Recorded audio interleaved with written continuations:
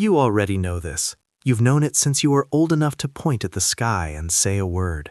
The sky is blue. It's the most obvious thing in the world. More obvious than grass being green. More obvious than water being wet. You've looked up at it thousands of times.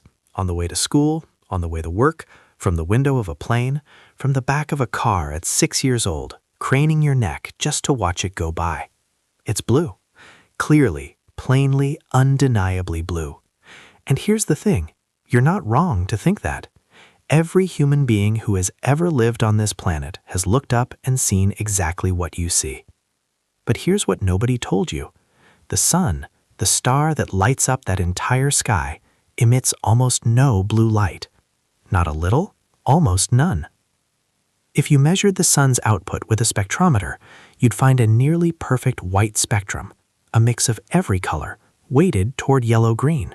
The sun is, for all practical purposes, a white star flooding the Earth with white light. So if the light falling on our atmosphere is white, why is the sky not white? Why is it not the same color as the source? You've stared at it your entire life, and you have never once asked that question, because the answer seemed so obvious it didn't need asking. But the obvious answer is wrong. And once you understand what's actually happening up there, 60 miles above your head, right now as you watch this, you will never look at clear day the same way again. Iniciando a escrita do bloco B. So your brain immediately reaches for an answer, and the first one is so obvious, so satisfying, that it almost feels like you already knew it. The sky is blue because it reflects the ocean. Think about it. Water is blue. The ocean covers 71% of the surface of this planet. It's the single largest feature visible from space. Of course the atmosphere picks up that color. Of course it mirrors what's below it. You've seen it yourself. Stand near a lake on a calm day, and the water looks like a piece of the sky fallen to earth. It makes perfect sense. Except it doesn't. If the sky were reflecting the ocean, then the sky above the Sahara Desert would be a different color than the sky above the Pacific. It isn't. If the sky reflected the ocean, then astronauts looking down from the International Space Station, 250 miles up, well above the atmosphere, would see a blue sky between them and the ocean. They don't. From space, the sky vanishes entirely. There is no blue layer floating above the Earth. There's just black. The ocean doesn't give the sky its color. The ocean gets its color from the sky. You had it exactly backwards. Okay, so that's not it. But your brain is already loading the next answer. And this one is even better. This one sounds like actual science. The atmosphere acts as a filter. White light from the sun enters the atmosphere, and the atmosphere strips out the reds, the greens, the yellows, and lets only the blue wavelengths through to your eye, like a piece of blue glass held up to a white light. Simple, elegant.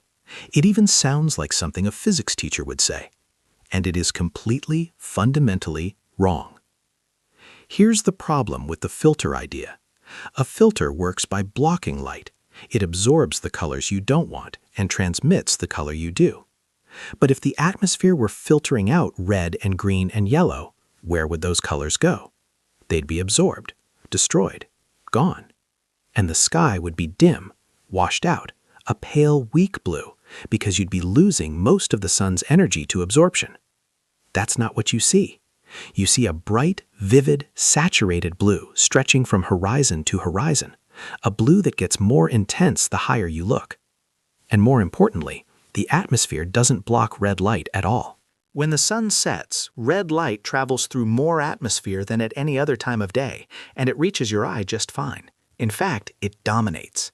The sky turns orange and red and deep crimson at the horizon. A filter that lets red through at sunset but supposedly blocks it at noon is not a filter. Something else is happening, something active, something the atmosphere is doing to light, not just allowing through, but physically redirecting. You've eliminated the two most obvious answers. The sky isn't a mirror, it isn't a filter.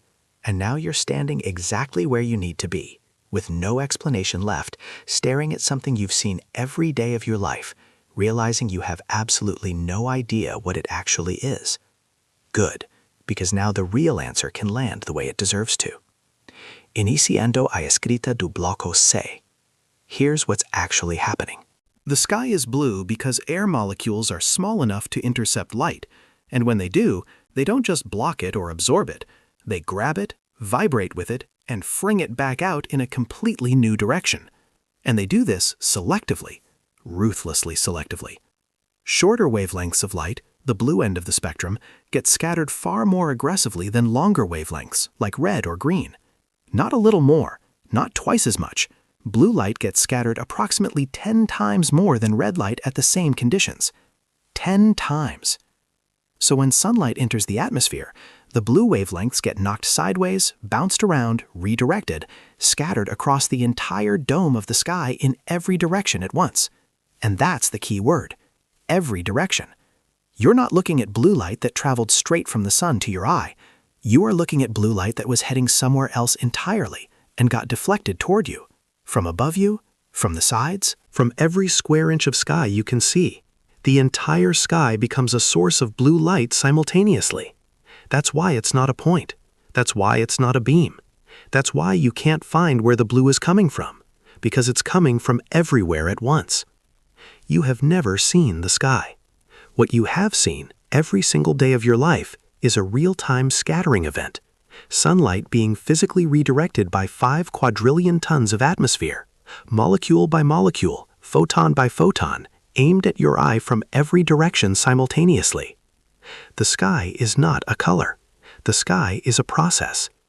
And the molecule doing it, the one responsible for every blue sky every human has ever seen, is so small you could fit 10 million of them across the width of a single human hair. Iniciando escrita do bloco D.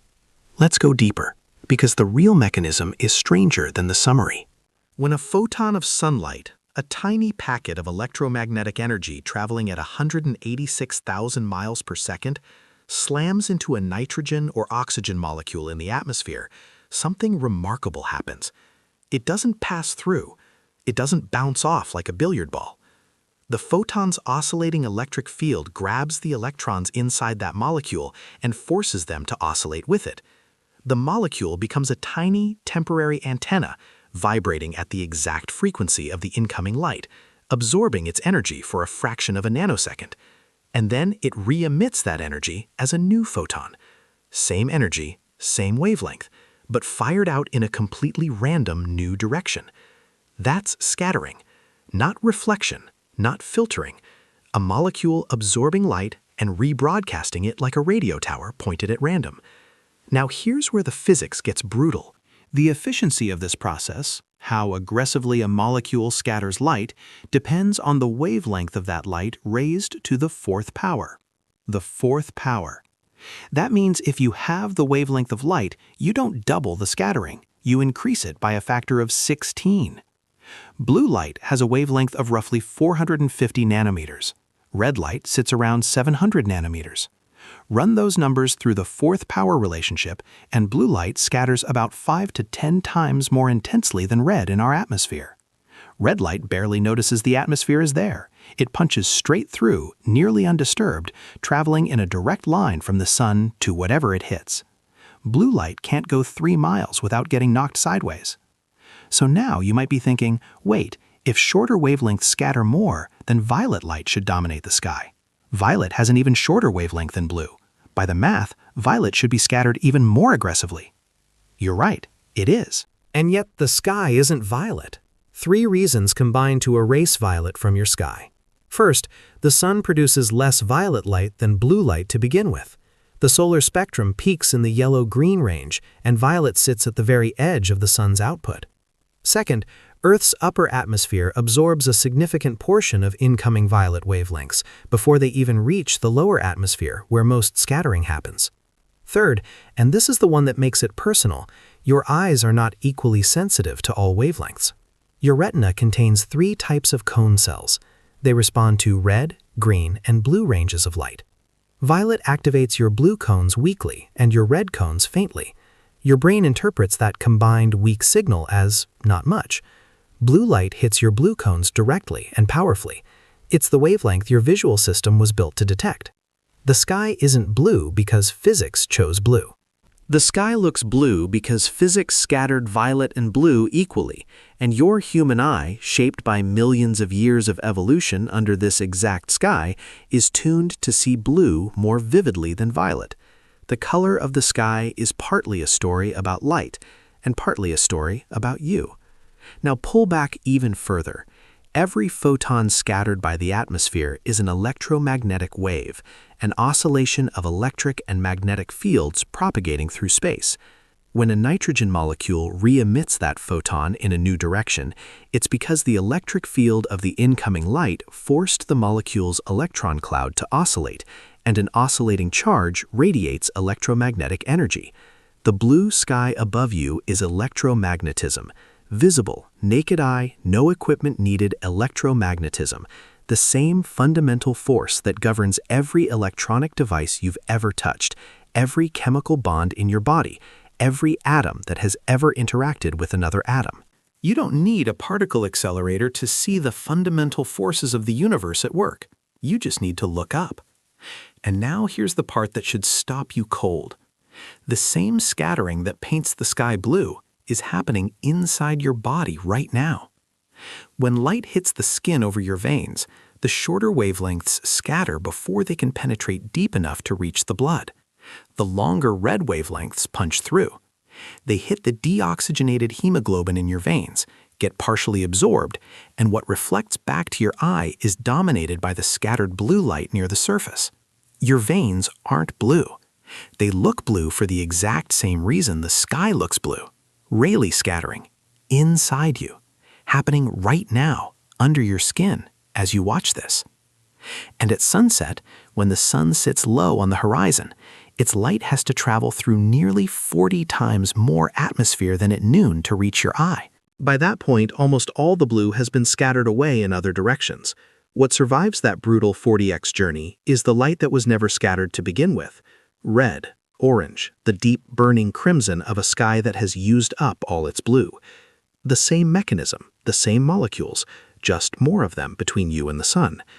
And on the moon, no atmosphere, no molecules to scatter anything. Astronauts standing on the lunar surface at high noon with the sun blazing directly overhead look up and see black. Pure, absolute black. Because without an atmosphere to scatter light in every direction, there is no sky. There never was a sky. The sky is not a place. It is not a thing you can point to. The sky is what scattering looks like from the inside, and you have been living inside it your entire life without knowing what it was.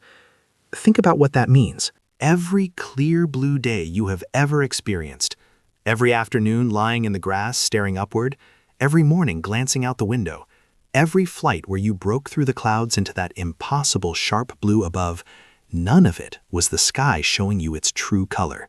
There is no true color. What you saw was a negotiation between the sun's white light, the size of atmospheric molecules, the fourth power scattering law, and the specific sensitivity curve of your human retina.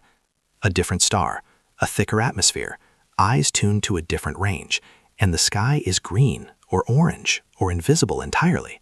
The blue you see is the blue your particular biology was built to extract from this particular physics. It is yours, uniquely, specifically, irreducibly yours. Richard Feynman once said that the beauty of a flower doesn't diminish when you understand its biology. It deepens. That knowing what something is made of doesn't subtract wonder. It multiplies it. He meant it about flowers. He could have meant it about everything. He could have meant it about this. So the next time you walk outside and look up, and you will, probably within the next few hours, you won't just see blue. You'll see 5 quadrillion tons of atmosphere intercepting white light at 186,000 miles per second, scattering the short wavelengths in every direction simultaneously, funneling the precise frequency your eye evolved to detect straight into your retina, constructing in real time a color that exists nowhere in the light itself. You'll see the sky for what it actually is. Not a backdrop, not a color, not a given. A process. Alive, physical, electromagnetic, happening right now, 60 miles above your head, without pause, without end, every single second of every day you have ever been alive. Do it. That impulse is not distraction. That's what understanding feels like.